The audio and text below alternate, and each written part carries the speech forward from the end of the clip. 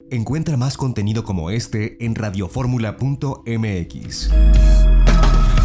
En el estudio de Eduardo, con Eduardo Ruiz Gili. Bienvenidos a mi estudio. Recuerden, Grupo Fórmula, radio, televisión, internet y redes sociales. Esta noche estoy en la Ciudad de México y no vamos a hablar de política, no vamos a hablar de la pandemia, no vamos a hablar de la crisis económica, no vamos a hablar de la delincuencia. Hoy vamos a hablar de algo que cuando ya nos hayamos olvidado de todos esos temas, va a seguir siendo tema. Y vamos a hablar de paleontología, de la vida que hubo en lo que hoy es México hace millones de años. Porque hace unos días yo me encontré en la página de Archaeology, una página que habla de arqueología y paleontología, una nota bien interesante, donde en México, en el estado de Coahuila, se encontró el cráneo de un dinosaurio que vivió nada más hace 75 millones de años, pero que tenía la característica que emitía sonidos. Alguien ha dicho que era el dinosaurio platicador. Vamos a estar platicando esta noche con lo que para mí son, no quiero que parezca burla, pero son más que Indiana Jones, porque ellos sí están en el campo, sí están investigando, es gente de mucha paciencia, y yo le doy la bienvenida esta noche a Felisa Aguilar Arellano, quien es investigadora del Instituto Nacional de Antropología e Historia. Felisa, buenas noches. Buenas noches, Eduardo, y gracias por esta invitación para comentar exactamente de cómo era nuestro territorio o parte de este a través de este hallazgo que tenemos para el estado de Coahuila. Y tú estás allá en Saltillo. Así es, ahorita estamos acá, en Saltillo. Y en la Ciudad de México está Ángel Alejandro Ramírez Velasco, quien es investigador de la UNAM, ambos arqueólogos paleontólogos. ¿Estoy en lo correcto? No, somos biólogos, somos biólogos paleontólogos. Sí. O sea, biólogos paleontólogos, eso explica que yo me encontré una nota tuya, Alejandro, o no sé de quién, porque yo me puse a investigarlos a ustedes y encontré cosas muy interesantes sobre lo que era la vida en épocas ya muy idas, el Cretáceo y todas estas eras geológicas, que la verdad es que la mayoría no sabemos de cuándo fueron, ni cómo fueron, ni qué pasó, porque pues la verdad somos ignorantes. Pues bueno, yo creo que cuando nos llegan estos temas en nuestra formación, ¿no? Yo por ahí, creo que cuando vemos nuestros libros de primaria o en el libro en mi época, que eran los libros de ciencias naturales, y veíamos la parte de la evolución de la vida, como que uno no dimensionaba, ¿no? Estos rangos temporales, estas ideas, e incluso como que las inquietudes eran, ¿y cómo es que saben? ¿No? Lo que están ahí en los libros. Y en este caso yo voy a sincerarme, yo la parte de la paleontología la comprendí ya que llegué a la carrera de biología. ¿No? A mí sí los fósiles, yo los veía como algo extraño, sí me tocó ir tanto al Museo del Instituto de Geología de la UNAM, como en el caso del Museo Nacional de Antropología con su sala de los orígenes en aquel entonces donde está la reconstrucción de la excavación del mamut, ¿no? Para mí era como algo muy lejano, algo que yo decía, no, esto como cómo se puede interpretar. Pero es cuando yo estoy estudiando la carrera de biología en donde se me abre un mundo y en donde exactamente si yo quiero entender lo que hoy en día tenemos en algún lugar, tengo que irme al pasado, pero en el pasado de ayer, sino en este caso de miles o millones de años, ¿no? Y entonces ese fue mi mundo al entrar a la paleontología. Y creo que Ángel tiene otra historia, porque él sí, ¿no? Él sí tiene otra historia de cómo llegó a este mundo de la paleontología. ¿Cómo llegaste tú, Ángel? En mi caso, digamos que desde muy chiquito me han gustado los dinosaurios. Además pero a muchos niños les encantan los dinosaurios, ¿sí? Y después acaban de periodistas como yo. No, pues en mi caso, no sé, era como que muy arraigado porque me cuenta mi mamá que para que comiera, como esas edades cuando uno no quiere comer muchas cosas, me decía ella que era carne de dinosaurio y que así me lo comía. Es que la verdad, se ve, yo recuerdo de chiquito siempre traía una bolsa cargando con juguetes de dinosaurios. Si no me equivoco, como a los 8 años de edad, tengo por ahí una nota de que me preguntaron en la primaria, pues, ¿qué quiero ser de grande? Y pues quiero ser paleontólogo de dinosaurios. que creo que para esas épocas ya aparecían documentales de repente o libros, porque de ahí debía haber sacado el término. Y digamos que ya cuando me acerqué un poquito más a los fósiles fue por ahí en el 2001, cuando entré como voluntario, como anfitrión voluntario al Museo de Geología del Instituto de Geología de la UNAM, que ahí como que ya estuve en contacto con paleontólogos, con los fósiles, y digamos que ahí pues ahí confirmé que realmente eso era lo que quería. Prácticamente ya con la carrera ya seguí mi trayectoria. Es más, también te reitero que todavía como tal no soy investigador, soy ahorita estudiante de doctorado del Instituto de Geología. Mi finalidad es ser tú acabas de decir que cuando eras chico ya había libros de dinosaurios. Yo te llevo unos añitos, mi querido Ángel, y cuando yo era niño ya había libros de dinosaurios. Nada más que en esa época te los ponían, un tiranosaurio te lo ponían de pie con una cola ahí que arrastraba, y había toda una concepción diferente de lo que eran. Todos eran grises o verdes. Era otro mundo, ¿no? Ha avanzado mucho la ciencia del estudio de los dinosaurios. ¿Por qué nos fascinan tanto estos seres vivos que nunca podremos conocer? Aunque yo veo a Ángel con su camiseta de Jurassic Park, hay una fascinación, nos atraen. ¿Por qué? Es algo que vivió, yo estoy viendo aquí hace 75 millones de años, hace 73 millones de años, este dinosaurio que ustedes han descubierto. ¿Qué nos atrae a estos animalitos o animalotes? Pues bueno, en mi opinión, puedo decir que lo que siempre me han atraído de los dinosaurios es que cuando yo los veía en los museos o en los libros, se me hacía difícil imaginar, me causaban mucho misterio. Era como un monstruo, pero que realmente sí existió. Que en mi opinión de chiquito yo decía, no, pues porque veo un mamut, decía, me lo imagino fácil, es un elefante, pero le pongo pelo, colmillos y listo, me lo imagino rápido. Y un dinosaurio, pues que unos decían, no, pues ¿qué crees? Ahora tienen escamas y plumas, no, pues que unos tenían solo puras plumas, y como que eso te hace trabajar mucho la imaginación, y eso es lo que siempre me han atraído de los dinosaurios. Es más, me acuerdo que cuando supe que los dinosaurios tenían que ver con las aves, desde ese entonces me gustaron las aves y dije, ay, los pajaritos son interesantes. Antes no me llamaban la atención, pero dije, no, son dinosaurios, hay que verlos. Hay quienes se refieren a las aves como los únicos dinosaurios sobrevivientes en nuestra época. Ahora, pero esa es tu fascinación. Pero, Felisa, dinos por qué hay una fascinación general con estos animales que llegaron o dimensiones muy pequeñas o a dimensiones colosales. Creo que coincido con Ángel, o sea, creo que el común general de esta fascinación es como este misterio, es como esta situación de imaginación, de cómo poder concebir que algo completamente alejado a nosotros pudo haber habitado también el planeta Tierra.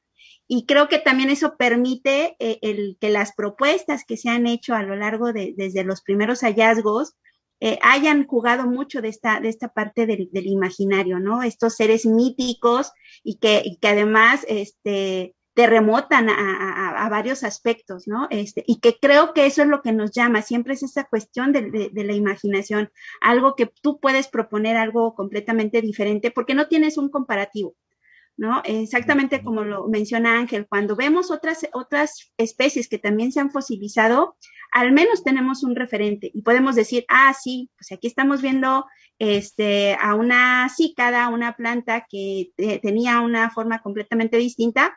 Vemos esas plantas anteriormente, ¿no? O los mamíferos, ¿no?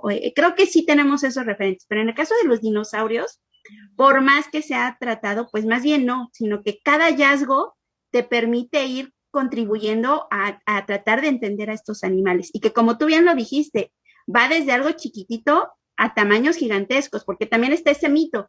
La gente piensa que solamente alcanzaron grandes tallas, y no es así. O sea, y la otra también, creo que ha sido por estos documentales, en que se representan estos contextos de selva, ¿no? Calurosos. Y resulta que si nosotros analizamos a detalle cada localidad, pues los ambientes también eran distintos.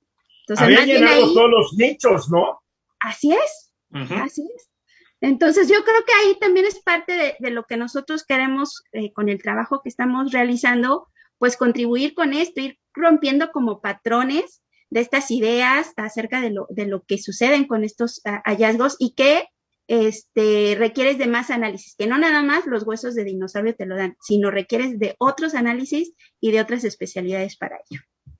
Aquí lo fascinante, yo siempre he pensado que queramos o no aceptarlo, los dinosaurios estamos emparentados con ellos porque todos compartimos un origen biológico de los seres unicelulares y de los primeros seres multicelulares. Todos venimos del mismo lugar.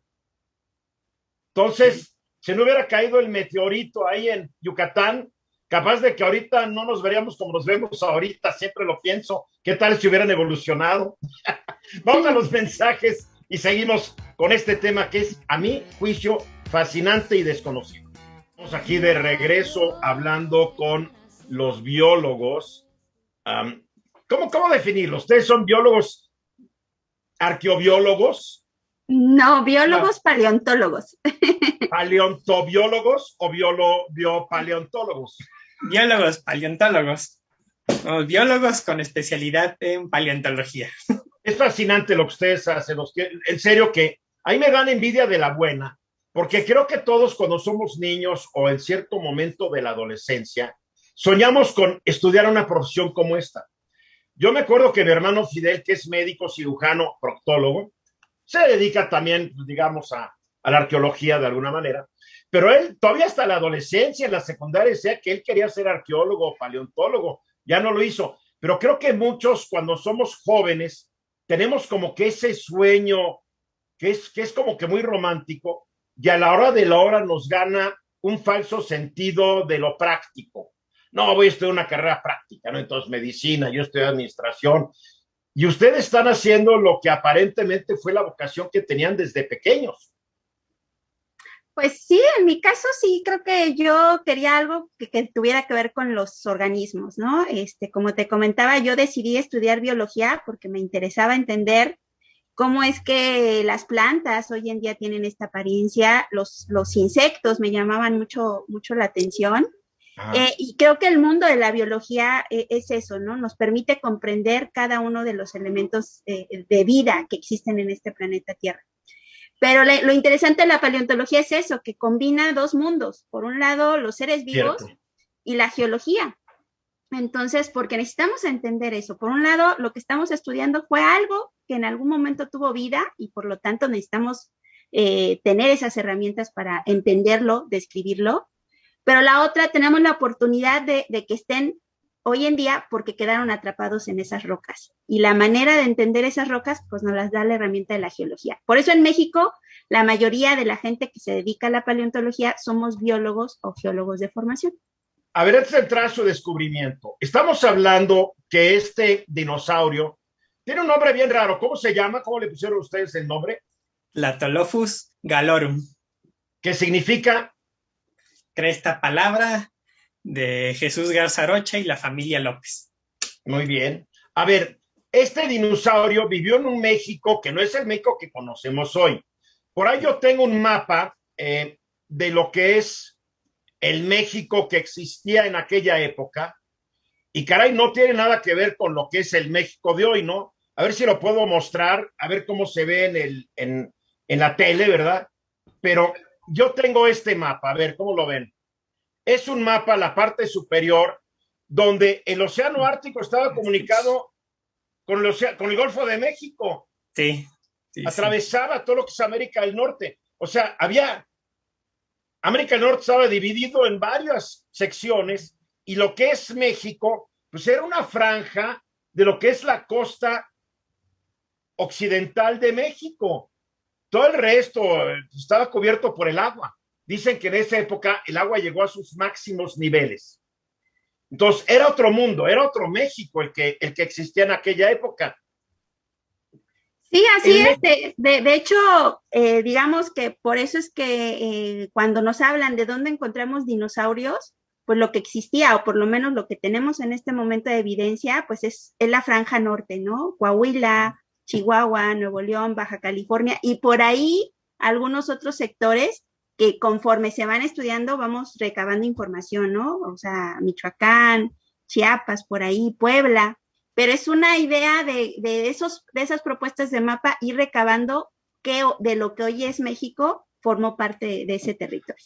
Había mucho dinosaurio en lo que era ese pedazo del continente hace 75 billones de años. A ver, vamos a ponernos de acuerdo. Yo me adelanto, pero estamos hablando que la época de los dinosaurios, ustedes corríjanme aquí porque yo soy un ignorante en esto, empezó ahí, fue en el Mesozoico, ¿es correcto? Sí. Mesozoico, que fue dijo hace un bolón de millones de años, que hubo un Triásico, un Jurásico y un Cretáceo. Uh-huh. El Jurásico fue de 205 a 248 millones de años, el Jurásico de 142 a 205 millones de años, el Cretácico de 45 a 142 millones de años. ¿Estoy bien por ahí? Bueno, el Cretácico millones de años más, millones de años menos. Digo, 66. Bueno, bueno. El Cretácico son 66 millones de años el límite. Ok, 66. No, y tienes razón, leí mal, sí, aquí 65, está bien. Y esa fue la época en que surgen todos estos, surgen los primeros mamíferos, también los dinosaurios, los reptiles, todo este asunto. Y yo he leído que, por ejemplo, en Mongolia, en ciertas zonas de Estados Unidos, se encuentran mucho dinosaurio. Había mucho dinosaurio en lo que es esta zona, o realmente no hemos explorado bien el territorio mexicano para encontrar más restos fósiles de estos animales impresionantes. Okay, pues no, parece ser que sí había muchos, más durante el Cretácico, que era ese mapa que vimos hace rato, vivían una gran cantidad de dinosaurios, muchas especies de dinosaurios. Fue como un tiempo de mucha proliferación de los dinosaurios.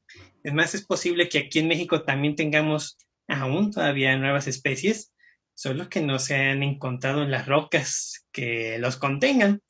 Aparte, también hay algo, o sea, esas notas que de repente dicen, no, es porque en Estados Unidos parece que encuentran cada rato varios dinosaurios. También se cree, de acuerdo a algunos paleontólogos, que era por una cuestión climática. Porque en México estábamos en una franja como tropical, pero más íbamos hacia la punta sur de México, era como más desértico, más árido. Se cree que, por ejemplo, Coahuila, cuando vivió este dinosaurio, Tlatolophus, era como una planicie costera, una playa gigantesca y que era un clima semiárido, en donde teníamos plantas herbáceas, no teníamos árboles así gigantes, selvas con árboles tapando el sol, no. Unas plantas, unas hierbitas por ahí, arbustos grandes, a lo mejor de 2 metros, 3 metros de alto, pero no más alto de eso, que soportaban hasta cierto tipo de inundación. Pero ¿qué pasaba en Estados Unidos o Canadá? Los ambientes eran diferentes. Había desde selva tropical, más arriba al norte, incluso tipo bosques fríos, en donde tenían grandes planicies de ríos grandes, y se cree que cuando existían grandes tormentas o grandes lluvias, monzones, estas lluvias hacían que se inundaban estos ríos secos y ahogaban una gran cantidad de dinosaurios. Por eso en Canadá o Estados Unidos se llegan a conservar muchos dinosaurios. Se ahogaban, se iban hacia abajo del agua y los sedimentos los empezaban a cubrir y ahí se fosilizaban. Y es más, aparte el río hasta los arrastraba en un punto y los aventaba ahí varias especies todas juntas, mezcladas, como si fuera un basurero. O sea que cuando ustedes los encuentran, tienen que hacer, además les tienen que gustar los rompecabezas. Sí. Bueno, mira, leí una nota bien interesante. Alguien desarrolló un programa, un software, que va a permitir que si uno pone todos los pedacitos de cerámica que uno se encuentra, los arme. Bien interesante. Pues ojalá pudiéramos hacer eso con los fósiles, pero no, porque incluso yo te podría decir que hay contextos en donde parecen palitos chinos, en donde tienes que retirar uno primero y tienes que saber cómo retirarlo para mover el otro, ¿no? Porque tiene que haber todos estos procesos en el que quedaron atrapados y, por supuesto, el otro reto que tenemos es que literalmente picamos piedra, ¿no? Porque para extraerlo no es como típicamente nos ponen con la brochita y que nada más así limpiamos, no. Aquí es martillo, cincel, ¿no? Pico, porque estamos rompiendo la roca para sacar a los fósiles. O sea que ustedes son como Miguel Ángel, que él decía que él veía un bloque de mármol y que él veía la escultura adentro y que lo único que él hacía era quitar lo que sobraba. Pues sí. Algo así. ¿No? Una interesante analogía y que creo que vamos a poderla apropiar. Y es que cualquier error, un golpe mal dado, un cálculo que el cincel no esté donde debe estar, pueden arruinar un fósil. Sí, total. Nuestros sentidos tienen que estar en todo momento presentes y ahí es el audio, ¿no? Al momento que sabes diferenciar cuando hay un fósil, cuando es únicamente roca. Qué fascinante. Es fascinante. Oye, ¿no llevan a metiches como yo de repente a una excursión para ver qué hacen? Veremos. Vamos a los mensajes y lo platicamos. Feliz y muy contento esta noche de que me acompañen dos, espero no equivocarme, biólogos paleontólogos. Sí. Ahora correcto. Sí. Feliz Aguilar Arellano, que es investigadora en el Instituto Nacional de Antropología e Historia, y Ángel Alejandro Ramírez Velasco, estudiante del doctorado en la UNAM, ya pronto con el doctorado ya completo y terminado. Y después, ¿ya qué sigue en tu carrera, Ángel? Pues para ser investigador, solamente uno tiene que hacer un postdoctorado. Y ya teniendo ese requisito, junto con haber sacado publicaciones, haber también haber apoyado alumnos para que hicieran tesis de licenciatura, pues bueno, ya teniendo todos estos requisitos es cuando uno ya puede optar para ser investigador en alguna institución. ¿Tú estudiaste en la UNAM, Felisa? Así es, estudié la carrera de biología en la FES Zaragoza y posteriormente hice mi posgrado en el Instituto de Geología, ¿no? También con esta área, digamos que desde la licenciatura, una vez que me enamoré de los fósiles, no me alejé de ellos, sino más bien fui encaminándome y aunque originalmente inicié estudiando plantas fósiles de una localidad allá en el estado de Hidalgo, pues ahora sí que el trabajo, la fortuna me turnó para estas tierras coahuilenses y pues aquí estamos trabajando con estos restos de dinosaurio. A ver, esto es lo que ustedes han encontrado. Creo que ya se puede ver en la pantalla. Este es el cráneo de otra vez, ¿cómo se llama nuestro amiguito? Platolophus galorum. Platolophus galorum. No le han puesto no le han puesto un nombre cariñoso, ya saben, les encontraron a Lucy y todo este asunto. ¿No tiene un nombre que le hayan puesto de cariño ustedes? El nombre de cariño desde el momento que iniciamos este trabajo fue el dinopato. El dinopato. Bien, ¿qué estamos viendo en esta imagen? Porque yo veo pues una cresta gigante, no sé cuánto mide, por ahí puedo ver unos dientitos aquí, creo que aquí eran las quijadas, los maxilares, sí, y una gran cresta, pero ¿qué es lo que estamos viendo realmente? Sí, pues gran parte como bien dijiste, la cresta del dinosaurio, la punta de su hocico, debajo de la cresta hay una estructura que se llama el neurocráneo, que es donde estaba el cerebro de estos dinosaurios. Por ahí es donde, sí, de ahí saldrían los nervios para inervar pues, sus ojos, algunos músculos que tendrían en el cráneo para masticar, etcétera, etcétera. Es que es una estructura muy importante esa que está ahí. Debajo de ella hay un pequeño hueso que se ancla con la maxila, que es un hueso que está del lado izquierdo, de tamaño grande en la parte superior con dientes. Ese huesito que está ahí es un hueso del paladar. Sí, atrás de ese hueso que apuntaste, ese es el hueso, un huesito del paladar que va en medio. Sí, atrás, más atrásito. Tiene una forma como de V extraña, sí, ese. Yeah. Ese hueso también pocas veces se llega a encontrar. También fue una suerte encontrar un hueso del paladar, porque también nos ayuda a conocer más sobre la biomecánica de la masticación de estos dinosaurios. O sea que es un hueso más suave, más susceptible de no fosilizarse. Son más planos, más bien son más delicados, casi parecen como un plato, pero súper delgadito, ya, que si apenas lo toca se truena. Es que por eso es lo interesante de que se haya conservado. ¿Cuánto mide del extremo del hocico al punto máximo de la cresta, este cráneo? Ese cráneo, más o menos a esa distancia, es como 1,30 metros, más o menos. O sea, que era una cabezota.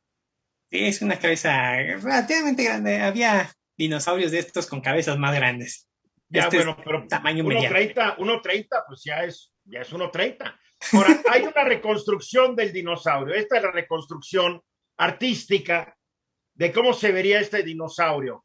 Esta es una reconstrucción que hizo Luis Rey, si no me equivoco, ya me lo dijeron ustedes, que me encanta, qué bonita obra de arte. Pero no sabemos de qué color eran los dinosaurios, no sabemos si tal vez tenía plumas o no tenía plumas, porque eso no se fosilizaron. Nomás tenemos los huesos y lo demás es imaginación, ¿es correcto? Bueno, la cuestión de si tenían escamas o plumas, eso sí se ha podido saber. Más en este grupo se han encontrado momias donde se tiene la evidencia de la piel como tal. Son escamitas muy chiquitas, como bien lo hizo el ilustrador, así como parecen bolitas chiquitas que a veces cambiaban de tamaño dependiendo de la región o variaban de una forma muy aleatoria. Esto les podría haber dado propiedades camaleónicas, tal vez de adaptar su color al ambiente. No, eso de lo que hacen los camaleones ya son otras estructuras que al Otra parecer evolución. no. Ahora, pero esto sería como se vería la cabeza que ustedes descubrieron. Sí, con piel y músculos y ya una interpretación artística de la coloración y algunas estructuras como la papada. Ajá, que sería esta papada. Sí. Que sería como un atractivo sexual para la hembra o para el macho, dependiendo quién la tuviera. Sí, podría ser. Tipo guajolote, ¿no? Sí, ese es hay muchas aves, es que hay muchas aves que tienen estas propiedades. Sí. Ahora, estos dinosaurios no son los antecesores de los dinosaurios actuales, que son las aves. No. Para nada. Ok. Ahora, ¿qué sabemos de este ser? ¿Qué sabemos de este animal? ¿Cómo era? ¿Cómo vivía? Me imagino que era vegetariano o era carnívoro. ¿Y por qué era el dinosaurio hablantín? Ok, pues por un lado sí sabemos que estos eran dinosaurios herbívoros, pero eran unos de esos herbívoros que tenían una gran capacidad que pocos animales tienen, la capacidad de masticar. Siempre creemos nosotros como mamíferos masticamos, pero curiosamente lagartijas, serpientes, iguanas, incluso ranas no mastican. No más tragan. ¿Sí? Bueno, los mismos perros, los gatos, tú los ves, se tragan como está la cosa, ¿no? O sea, tenía movimiento en su mandíbula. Sí, si ellos podían masticar eficientemente su comida, se sabe que algunos comían hasta corteza de árbol con todo y hongos. ¿Cómo saben eso? ¿Qué estudian para saber que este animal podía masticar vis a vis un animal que no masticaba, que nomás se tragaba las cosas, Melissa? Pues es que lógicamente tiene que ver toda la parte de los dientes, ¿no? Y la otra, la forma en que se conecta la mandíbula con la parte del cráneo, ¿no? Que estamos teniendo este elemento de intersección que te está hablando de que tenían estos movimientos y lógicamente cuando tienes más evidencia vas viendo estas intersecciones musculares o esta propuesta para poder este movimiento, ¿no? Incluso los dientes, ¿no? Que me podrá corroborar Ángel, tienen estas hileras más complejas, ¿no? En donde tienen una serie de dientes que te permiten también este movimiento constante, ¿no? A ver, Ángel, yo lo que veo en esta foto del cráneo es que la parte delantera no tiene dientes o no la estoy viendo y en la parte de atrás hay un diablal de dientes, ¿es correcto? Sí, porque la parte delantera tenían un pico. Era un pico. Córneo, que le llaman ranfoteca, con esa cortaba, como el pico que tienen las tortugas. Pero además de ese pico, tenía dentro esa gran cantidad de dientes, que son alrededor de 1,200 o 1,800 dientes que podían tener estos animales, pero que además cuando masticaban ellos, esos dientes se iban desgastando poco a poco hasta desgastarse y ya tenían uno listo para seguir masticando. O sea, nunca los ibas a ver chimuelos, ni con sarro en sus dientes, ni nada de esas cosas que tenemos nosotros en la actualidad. Y me pregunto, ¿quién evolucionó mejor, caray? La verdad, estaban muy evolucionados estos. Si no cae el meteorito, reitero, si no cae el meteorito ahí en la zona de Yucatán, es la teoría, pues capaz de que ahí seguirían o no. Posiblemente. Estaban muy bien adaptados a todos los ambientes, a todos los nichos ecológicos y biológicos. Pues sí, los hadrosaurios, o también como se les llama, dinosaurios pico de pato, eran de los dominantes en esta temporalidad, y yo creo que sí tenían esas habilidades, e incluso también se dice que también estaban adaptados a comer angiospermas, ¿no? Que también era una de las hipótesis que había, ¿no? Que aparecieron las plantas. ¿Qué es una angiosperma? Porque las plantas con flores, ¿no? Bien. Las plantas con flores, porque antiguamente no había, ¿no? Y a partir del Cretácico, o bueno, en la era Mesozoica finales, ya tenemos este tipo de evidencia. Y porque una de las hipótesis... Al principio no había flores. Al principio no. Al principio no. Y una de las primeras hipótesis que hablaba de que pudo haber causado parte del descenso de los dinosaurios era esto, que posiblemente no se hayan adaptado a este cambio en la vegetación, pero pues estamos teniendo que sí, e incluso pues con más hallazgos de plantas con flores, pues están cambiando también esta idea, ¿no? Es otros procesos. Si sobrevivieron tantos millones de años, lo lógico es suponer que se hubieran adaptado a un cambio climático también. Sí. Sí. No al cataclismo que ocurrió cuando cayó el meteorito, ¿no? No al cataclismo, cambios graduales. Vamos a los mensajes y seguimos platicando de un tema fascinante. ¿En qué zona de Coahuila se encontró? Porque tengo entendido que primero se encontró la cola hace unos años de este dinosaurio y que después se encontró este cráneo. ¿Estoy equivocado o es lo correcto? Bueno, más bien se encontraron al mismo tiempo, nada más que en aquel entonces lo primero que anunciamos pues fue el rescate de la cola, porque realmente las dimensiones que estábamos viendo, el contexto, valía la pena compartirlo, ¿no? Y que en este caso era el esfuerzo de establecer el equipo de trabajo. Pero asociado a esa excavación, que originalmente se había planteado para únicamente recuperar la cola, también estaba la posibilidad de encontrar más elementos. Incluso nosotros ya habíamos perdido un poco la esperanza porque pues uno en su lógica decía, bueno, si aquí tenemos la cola, hay que excavar más adelante para encontrar la parte anterior, la parte de las vértebras dorsales, pues tenemos que excavar hacia adelante, vámonos hacia atrás para ver si tenemos la cola completa. Y pues resulta que en ninguno de los dos lados teníamos, nada más habíamos visto 53 vértebras, 5 sacras y 48 caudales, y uno que otro elemento de los miembros, ¿no? Por ahí el fémur, un huesito de la cadera, y decíamos, bueno, ok, ya fue todo, tenemos el gran hallazgo de la cola que en su momento también tiene, y a futuro estaremos dando más conocimiento de lo que nos ha proporcionado este elemento. Y justo cuando comenzamos a preparar el cómo vamos a ir a retirar la cola, porque también hay que establecer la estrategia, ¿no? No es esa de que nos llegara el helicóptero y nos llevara el bloque, sino teníamos que, por las dimensiones, establecer qué paquetes íbamos a hacer, y fuimos retirando parte de estas rocas que todavía había que liberar y que nos vamos encontrando con más elementos, ¿no? Empezamos ahí a detectar la escápula, por ahí vimos la mandíbula, porque se detectaron ahí los dientecitos, y había esta estructura como un palo de hockey. Creo que no tenemos a la mano una imagen de la excavación, no sé si la tengas, Ángel. Bueno, está tu dibujo. Bien, ese es un dibujo de campo. Esta es la cresta, aunque no sabíamos que era el cráneo. O sea, ¿Esa es la manera en que se encontraron todo o eso ya son los dibujos de las diferentes piezas? No, es como... Son las notas de campo, cómo los vamos encontrando y vamos viendo su ubicación dentro del yacimiento. Entonces tú puedes ver que en la parte de arriba pues era lo que habíamos visto, y conforme fuimos liberando para la extracción, pues salieron esas partes de abajo. ¡Qué increíble! En el campo se reconocen algunas, otras empiezas a tener esta discusión de no creo que sea el cráneo, no, debe ser tal hueso, ¿no? Y pues ahora sí que conforme se pasa a la siguiente etapa, que es la más minuciosa, la que requiere de mucha paciencia, que es lo que nosotros le llamamos la preparación del material, pues empieza a abrirse nuestros ojos de decir, tenemos el cráneo, ¿no? ¡Qué impresionante! O sea, que estaba la cola, y junto a la cola estaba lo demás, pero ustedes no lo podían ver porque era la roca. Así es.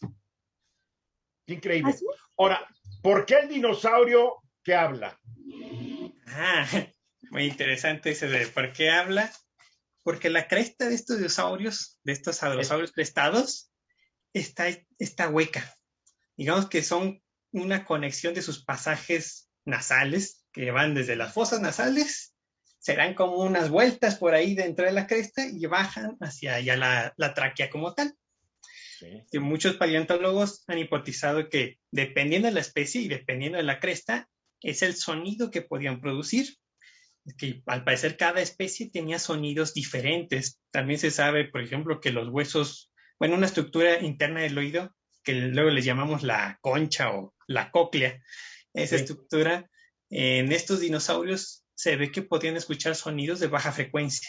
Es que yo hace tiempo leí que han reconstruido, como que hacen modelos basados en estos cráneos y tratan de reconstruir los sonidos que podían haber emitido. ¿Es correcto? Sí, se ha hecho con un pariente de Tlatolophus que se llama Parasaurolophus, que sale en las películas de Jurassic Park.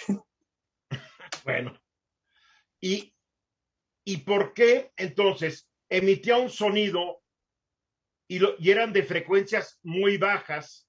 Y esto lo deducen por cómo estaba constituida la cóclea del oído del dinosaurio. O sea, encuentran la cóclea dentro del cráneo. ¿También fosilizado? Sí, está dentro, digamos, la cóclea es una cavidad y está dentro de esta estructura que se llama el neurocráneo. Es más, pudimos un poco observarla en los primeros descripciones que se hizo de este animal, pero se requiere para ya visualizarlo mejor, hacer una tomografía computarizada, reconstruir eso en tercera dimensión y ya verlo como en su totalidad, la estructura. ¿Cómo qué sonido emitiría? Si lo comparáramos con, digamos, un instrumento musical, por decir así. ¿Sería una tuba? ¿Sería un trombón? ¿Qué sería? Sería una tuba o trombón. Porque sí tenía unos pasajes que daban así la vuelta, pero gran parte de la cresta había una gran cámara gigantesca, circular y amplia. Es que tenía unos pasajes como tubos, pero se conectaban con una gran cámara y después salían otra vez en forma de tubos para finalizar la tráquea. Ahora, ¿la teoría cuál es? ¿Para qué emiten estos sonidos? ¿Para comunicarse?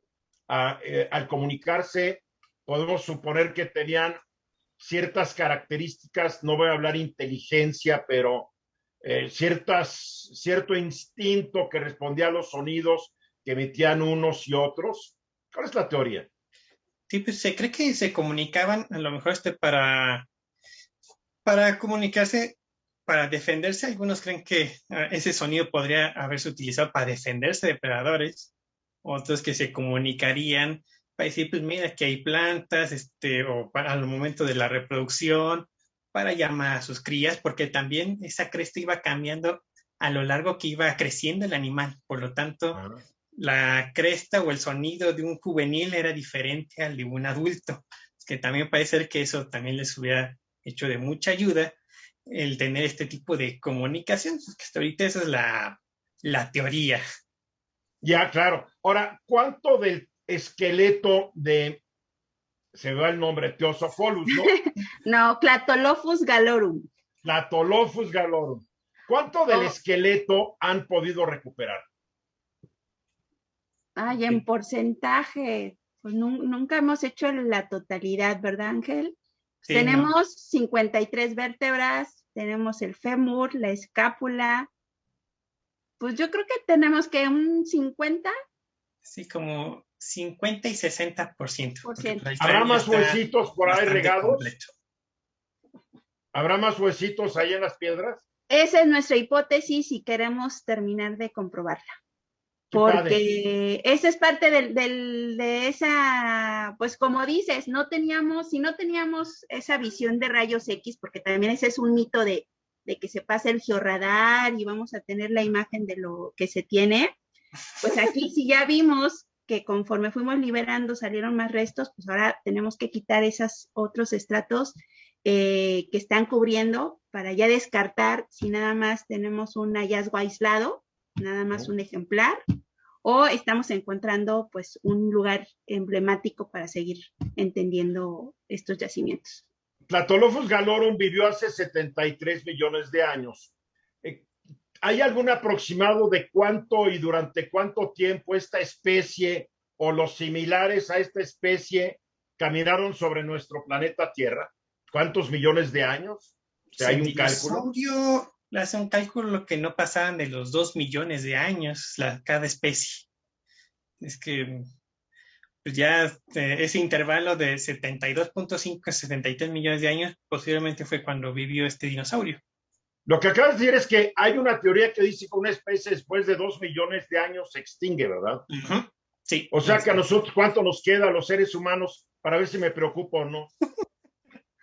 Pues si tomamos en cuenta ese rasgo de, si no mal recuerdo, esa cifra que lo recorrió a 150,000 años, todavía nos falta. El problema es que nos estamos acabando el planeta antes de. Yo creo que vamos a acelerar otras cosas que en aquel entonces no existían, ¿no? Bueno, yo los quiero felicitar por este descubrimiento. Ojalá nos sigan informando conforme se vayan sabiendo más cosas. Feliz Aguilar Arellano, 1000 gracias. Ángel Alejandro Ramírez Velasco, 1000 gracias. Los felicito, están ustedes haciendo mucho por avanzar la ciencia en este país. Y yo sé que enfrentan a veces problemas de presupuesto, problemas de apoyo, y son ustedes unos verdaderos exploradores y los felicito y les tengo muy buena envidia. 1000 gracias y vamos a seguir hablando en el futuro sobre esto y otros temas, si es que ustedes aceptan mi invitación. Gracias, Eduardo, y claro que sí, compartiremos más porque creo que Tlatolofos galorum apenas está comenzando a generar su historia. Pues 1000 gracias a los dos, yo soy Eduardo Ruiz Gil y se acabó por hoy, hasta la próxima. Esta fue una producción de Grupo Fórmula. Encuentra más contenido como este en radioformula.mx.